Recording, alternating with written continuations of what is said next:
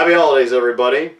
Welcome back to the JMC Reviews. As I mentioned in my last video, which was my very first top 10 video, I'm going to be doing one more list video to wrap up the year. This one more Christmas themed, and this isn't going to be a top 10 video, it's going to be a top 5 just because it's been quite a year and I need something a little more light.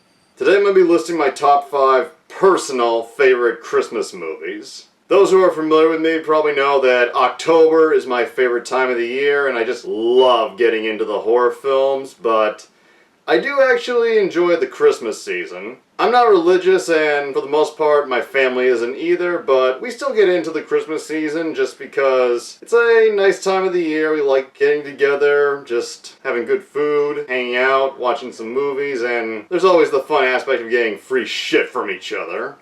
It doesn't matter if you're Christian, or Jewish, or atheist, or Hindu. Christmas still is about one very important thing. Yeah, ham. No, not ham, you fat fuck! Presents. Don't you see, Kyle? Yeah, presents.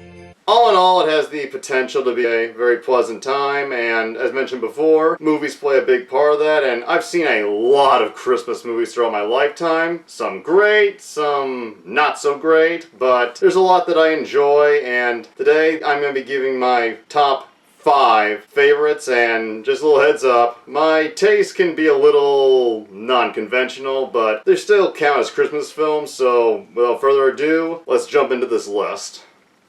Oh, Christmas tree, It's the most wonderful time of the year.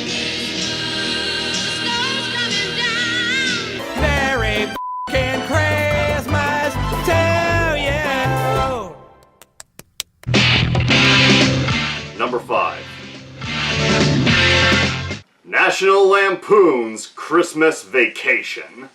Now, I'm not the biggest Chevy Chase fan, and I can't say I particularly love the character of Clark Griswold, but Christmas Vacation has always stood out as the best as far as both are concerned. Taking place over the majority of December, the movie chronicles Clark's attempts to create the perfect Christmas, and him breaking down when everything starts cracking up near the big day. Filled with imaginative slapstick and hilarious dialogue. We're gonna press on, and we're gonna have the happiest Christmas since Bing Crosby tap danced with Danny fucking Kaye. Christmas Vacation is a goddamn blast. And on a relatable level, the film really captures the not often talked about stressful side of the holiday season. Getting the right gifts, making food to satisfy all parties, trying to keep visiting relatives from going at each other's throats, and making sure the fucking tree doesn't die on you. My tree. While still having his usual sleazy moments, this is probably the most likable the character of Clark Griswold has ever been. He's trying so hard, and you're just hoping he can make his plans work. Next to the main family players, another great part of the film are the supporting actors. Julia Louis-Dreyfus and Nicholas Guest as the yuppie neighbors, John Randolph and E.G. Marshall as the conflicting grandfathers, Brian Doyle Murray as Clark's asshole boss, William Hickey as the old curmudgeon uncle, and last, but certainly not least, Randy Quaid as the semi-retarded cousin Eddie. You about ready to do some kissing, eh? I have never been treated like this in my life. I'm sorry, this is our family's first kidnapping. You're fired, and you are going to jail. Say what you will about Randy Quaid, but before he lost his fucking mind, the man was an acting treasure. It's a little off color in some scenes, but never goes too far that you can't watch it with your family, which feels like the most appropriate setting to view Christmas Vacation. It's funny, hits home at times, and has a surprising amount of warmth. I've gone back to it many times, and will again, many more. Merry Christmas. Kiss my ass. Kiss his ass. Kiss your ass. Happy Hanukkah. Number 4. Silent Night, Deadly Night.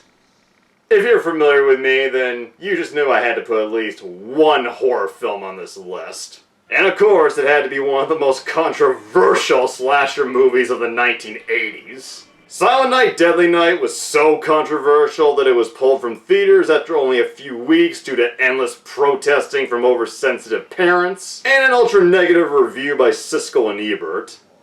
You people have nothing to be proud of, even if you made a few bucks off of all the negative publicity. Your profits truly are blood money. Fucking cunts. Every last one of them. The movie tells the tragic tale of Billy, played by Robert Brian Wilson, a young man who as a child witnessed his parents getting brutally murdered by a robber dressed in a Santa suit. After spending many years in a Catholic orphanage run by one of the most despicable, abusive nuns you will ever see, played to evil perfection by Lillian Chauvin, Billy gets a job in a toy store. On Christmas Eve, he's forced to be the store's Santa Claus. This, mixed with getting drunk for the first time and witnessing an attempted rape, causes him to snap and go on a killing spree, hacking off those who he feels have been naughty.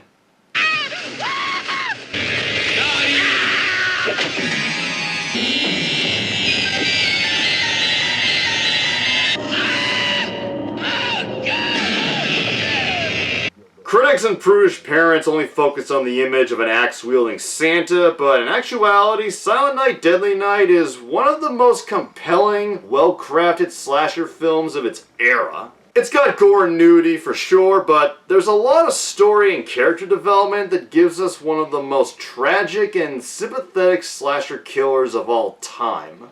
It's legitimately scary, pulls on your emotions, and despite the gruesome tone, is absolutely dripping with the Christmas season. There's even a few heartfelt moments. Santa Claus! I knew you'd come. Did you bring me a present? Have you been good?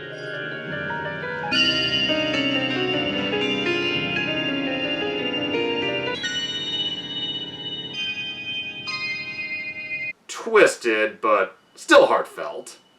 Admittedly, the ending is a bit of a letdown. There's a sick-ass cliffhanger, but unfortunately, Silent Night, Deadly Night Part 2 failed to follow it up right. I know how to use this.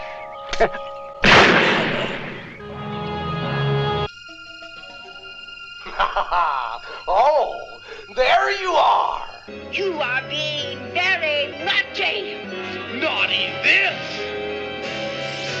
Still a fun movie, but not on the legit good side as the first film is. Regardless, Silent Night, Deadly Night is a deep, bloody ride of Christmas terror that gives me everything I could want as a holiday man and a horror buff. Oh, and here's the craziest fact about the film. The movie's director, Charles E. Sellier Jr., was an evangelical Christian. And next to Silent Night, Deadly Night, he was best known for creating the life and times of Grizzly Adams TV show and making several faith-based documentaries. Nigga, please. Number 3. Bad Santa. If millennials think they're too young to feel old, then I say wrap your head around this. Bad Santa is 20 years old this year. How the fuck did that happen? I don't know. Billy Bob Thornton stars as a chain-smoking, vodka-chugging, anal sex-loving safecracker who, every December, works as a mall Santa, all for the purpose of robbing the malls on Christmas Eve. While he ain't chopping kids up with an axe, Billy Bob is definitely a bad Santa. He's foul, has almost no morals, treats everyone around him like dog shit, but it's clear the person who hates him the most is himself. He doesn't like where his life has gone, but feels it's too late to make a difference. That all changes when he encounters a weird, sad little kid, played by Brett Kelly. Through various circumstances, the two keep crossing paths, the kid looks up to him as a possible friend, and Billy Bob finds himself becoming protective of the boy, showing there may be hope for him just yet. Bad Santa is mean, crude, and will have you laughing your ass off at the dumbest of gags, including Billy Bob Thornton literally digging in his ass. On paper, a lot of this stuff probably doesn't work, but it's the actors who bring it to life. Thorne and Kelly are excellent, and the brilliantly assembled players add so many great layers. Tony Cox is Billy Bob's equally vulgar midget elf partner. Lauren Graham is a bartender with a Santa fetish. Bernie Mac is the cigarette-sucking, orange-munching mall security chief. And John Ritter in his final film role as the ultra-prudish mall owner. There's something about the guy that makes me uneasy. Well, sure. Santa fucking someone in the ass. It's dark, politically incorrect, and will even make you smile when you least expect it. Bad Santa is the ultimate adult Christmas comedy. My fuck stick. He's not going to say stick in front of the children, is he? It's a joke for us adults. Number 2. It's a Wonderful Life. With all the previous entries, I'm guessing some of you were wondering, would any old school classics make the list? Well, as non-conventional as my taste can get, I'd have to be a loon not to include Frank Capra's 1946 masterpiece. The amazing James Stewart stars as George Bailey, an extremely unlucky son of a bitch who strives to go explore the world, but his good heart keeps him stuck in his hometown his whole life as he works relentlessly to keep it from falling under complete control of a ruthless banker named Mr. Potter, played by Lionel Barrymore. George marries his true love, Mary, played by Donna Reed, and they start a family together. But awful circumstances put him in a place on Christmas Eve where everything he's worked for could be lost, pushing him to contemplate suicide. But before he can go through with it, an angel in training, played by Henry Travers, comes down from heaven to take George on a journey and show him just what an impact he's made on the town of Bedford Falls. And just how awful things would be if he'd never been born. It's a Wonderful Life remains an extremely special film to me. It's one of the first 3 movies I remember ever seeing as a little kid. I rewatched it all the way through about 11 or 12 years ago when I was in one of the worst funks of my life, and its themes of keep working against the odds and rediscovering the will to live were just what I needed at the time. Not a huge success upon release, It's a Wonderful Life has gone on to be hailed as one of the greatest films ever made, and rightfully so. It's not the stereotypical Christmas movie. Christmas doesn't really become a major plot point till the 3rd act. But the season is definitely there, the spirit of the holiday fully engraved into the film. It's powerful, funny, poignant, and after almost 3 decades of watching it, still has a strong place in my heart.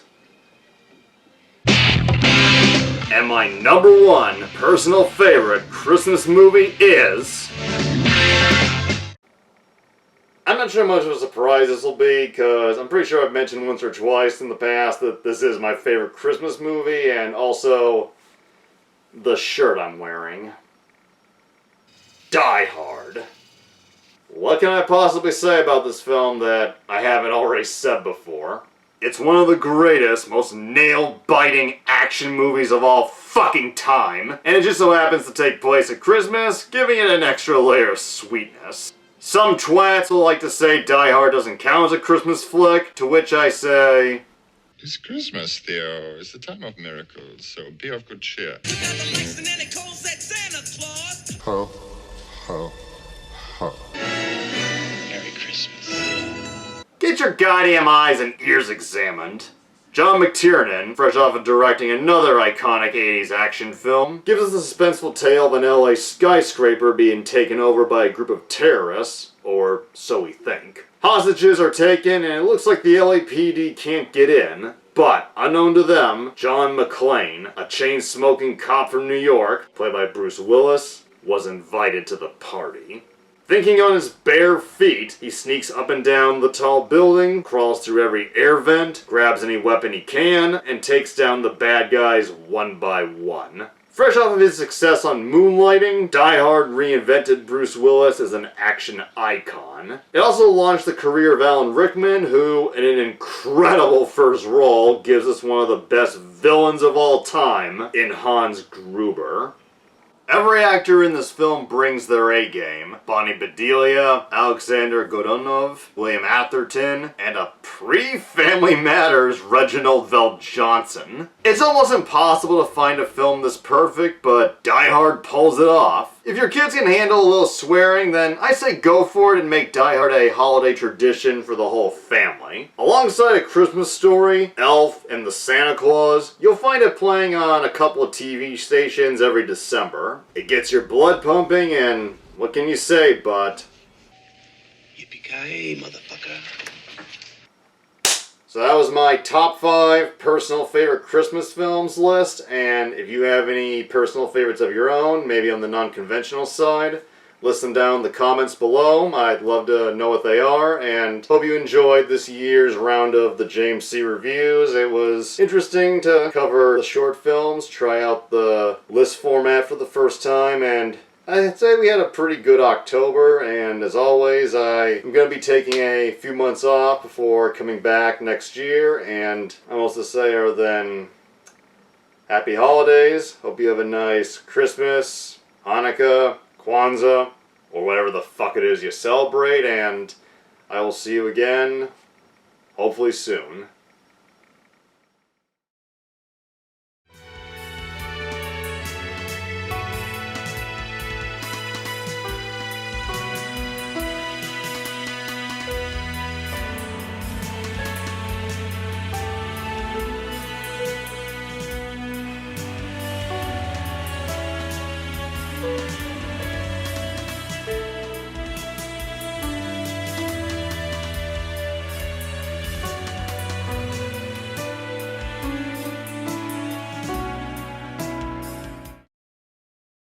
What day is it? What does? Goddamn Christmas!